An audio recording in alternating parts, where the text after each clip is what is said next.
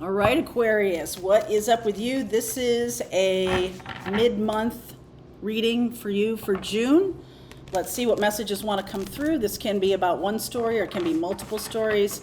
I've noticed that there can be like little tangents that might just be a story that you're paying attention to. The whole reading may not all apply to you, but some of the messages might. So that's what I'm being told by all you guys watching. So I just want to make sure you understand the experience that we're in right now. So let's see what's going on for Aquarius, Sun, Moon, Rising, and Venus.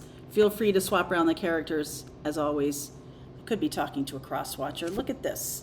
Safe travel. I'm gonna move this out of the way here. Ooh, come on back. Come on back. Safe travel, shadow, and new moon. All right. That's a big deal. Let me just lay these out. Oof, check it out. Stormy, relief, and grounded. Okay, when you're on a stormy sea, there's nothing that looks better than the friggin' dock, right? I'm coming back to earth. I'm coming back to my stability. I'm coming back around to this. There has been some really upheavally kind of experiences, and some of you might have recognized your shadow, and it can be very disorienting to recognize your shadow, maybe in another person. We could be talking about twin flame here, where you are absolutely, you know, I'm manifesting love, I'm manifesting, we have a Cancer new moon coming up in a couple of weeks. This week is the Capricorn full moon. All right, so just be mindful of that. You can be shedding old, not belief systems, but old ways of doing things that were too rigid. Okay, you think about, when you think about the full moon of any sign, you think about what are the things about that energy that you might want to shed. And Capricorn can has the capability of becoming too disciplined, right? Where there isn't any let up. You're so on your case all the time. There's no let up, and that is a super negative thing, or can be a super negative thing. The positive side of Capricorn is that you're willing to put in the effort to do something that you want to do, to get where you want to go. That's a super lovely, energetic Capricorn expression. And so when we're in the new moon, we're always in that kind of, it's sort of like new love. When you're in love, in the new phase of love or in the beginning phase of love, you might only see like the positive stuff, the high vibration stuff. You might only see, you know, the true joy of that person. In the new moon, we only see the possibilities, right? That real expanse of opportunity. We have a new moon in Cancer coming up, which is a very romantic energy. And that can be very nurturing and feel really close to somebody. And, you know, when we get to that Cancer full moon later this year, near the end of the year, November area, we can have an experience, November, December, I don't know exactly the date, I haven't looked at it, but we can have that experience of feeling swamped by things. Okay, so Capricorn can make us feel overly responsible for things, and Cancer can, the full moon can be like, okay, what is swamping me? What is clinging to me? What is not letting me breathe? That can be a very low vibration of Cancer. The higher vibration of Cancer is just this beautiful, nurturing energy. So whatever, I'm saying these things about positive and negative because the shadow is, or can be, your experience of an energy. You can have that experience. Let's say that you might have one of those things that I just discussed, you might feel is something that you exhibit when you get into stress, when you get under stress, or you get into a place of, I don't know, unable to really trust yourself or something. Those things may show up. So there's something here about the shadow showing up. And, you know, maybe this is in the Capricorn full moon time, Aquarius, and by the time we get to the Cancer new moon, we're off to something else, right? We're off into a romantic connection. We might be right now dealing with our own workaholism or something like that. So let's see where the reading takes us Aquarius. I will do an extended for this, and I'll go deeper into what you might not see coming. I'll also tell you as I go through the reading what I'm going to dive deeper into in the extended. All right, so let's see where we're going here for Aquarius. Keep shuffling. Keep shuffling. All right, one more. One more. Let's see where we go here. All right. Ta-da. Okay. Underneath is the Two of Swords, Moon, Wheel of Fortune, the Four of Cups, and the Knight of Swords. Wow. Okay, look at that. 10 of Swords, 10 of Wands. Okay. The Queen of Pentacles. So there's something here about, I don't want to feel this deeply. I don't want to feel this deeply, and this can be the full moon. Some of you are purging an experience that has become too overwhelmingly controlling. That's the word that came through. Too overwhelmingly controlling. I want to be free of it. What's happening right now is stagnation. I want to get free of this. So you might be dealing with your shadow here. How you react to that can be really angry, can be really like, get away from me, or something like that. And there is this energy of like, I've come to the end of my tether here. And it's like you're turning your back on a situation that may have just gotten too much. Tens, like we have the Wheel of Fortune, which is a 10 card. The tens, 9 is completion. When we get to 10, we're like 1 over completion. It's like the party guest who stayed too long. You know what that feels like. It's like, oh my God. So this Queen of Pentacles here can be an overly, like a suffocatingly nurturing energy. Or it can be this like, because it's Pentacles, it's more the Capricorn side of it, of like really being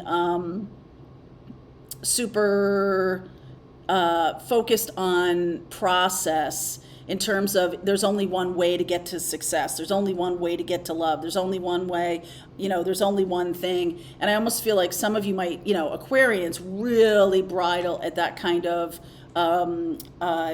monolithic kind of thinking. And so you're breaking out of this, and this can just be within you. This doesn't have to be another person at all, okay? This can just be within you, that you're deciding like, if something has to be a certain way, like why does it have to be? I mean, Aquarius, you're very innovative, and don't like that kind of monolithic kind of thinking. So it can cause a storm, but it's sort of like it brings in some kind of relief for you, that you're kind of blowing through it. Like, that's not the only way to look at things. I'm going to expand the Strength card coming in. Let's see the reading here. 3 of Pentacles, Temperance. Boy, Archangel Michael's been following me around. There's the Ace of Wands. So we're going from that 10 of Wands, sort of overdoing, doing too much, into this Ace of Wands, really being inspired by a new direction. Death. Oh yeah.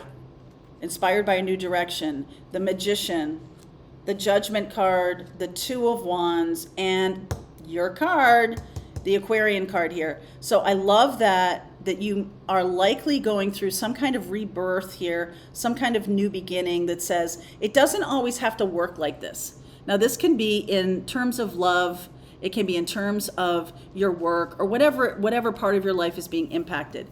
What I feel like, Aquarius, you're kind of going through right now is like breaking out of this idea that there's only one way.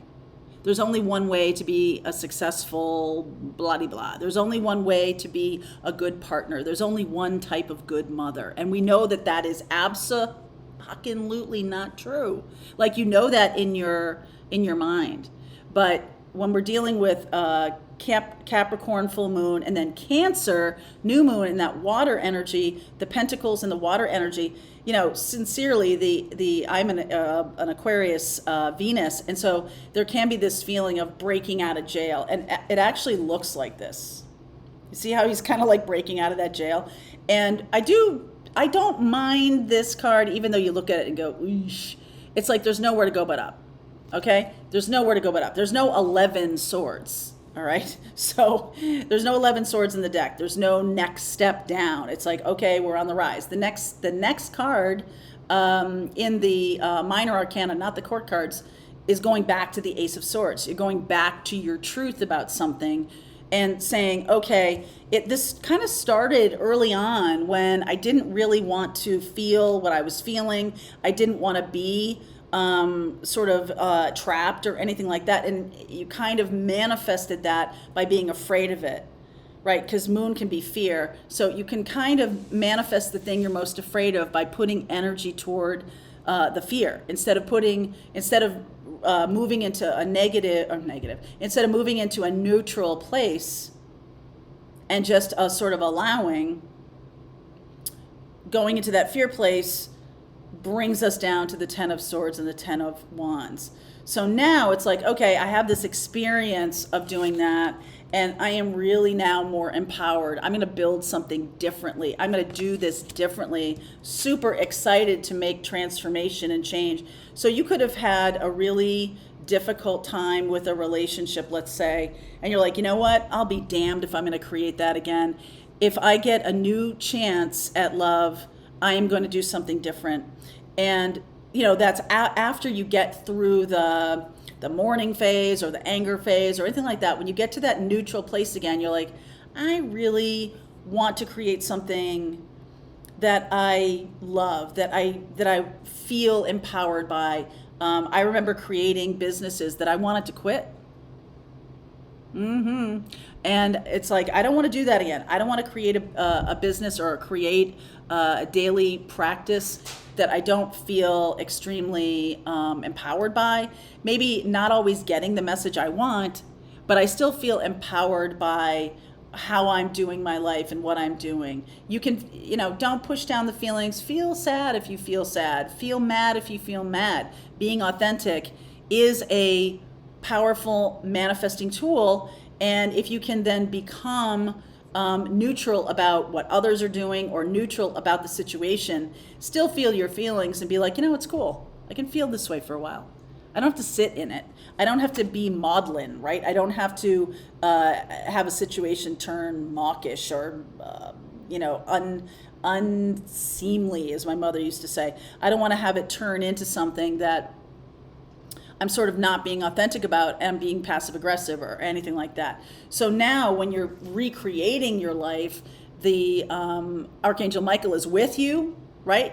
And you're manifesting from this place of experience and alignment with, okay, sometimes you got to know what you don't want in order to get what you want, in order to manifest what you do want. So I like this energetic expression of Archangel Gabriel going, hey, time for a new choice, new decision, time to make the new step, the first step down the new path. Find time to do that. And coming from a healed place, coming from a grounded place, everything, you've come through the storm. Okay, you've come through the storm. So I'm going to look at where you're going. I'm going to go deeper into what this Ace of Wands might be, this new idea or this new beginning, this Two of Wands. I'm taking the first step. Let's see where we go. I'll look at what you don't see coming. I'll get some messages from Spirit, and we'll see how this plays out. All right, so if this is for you, Aquarius, there's a link below if you want to continue on, and I'll see you over there. All right, I hope you enjoyed that video. If it was helpful to you, please consider liking this video and sharing it with anybody who might have a need for similar kind of information. And if you like this video, check out these videos.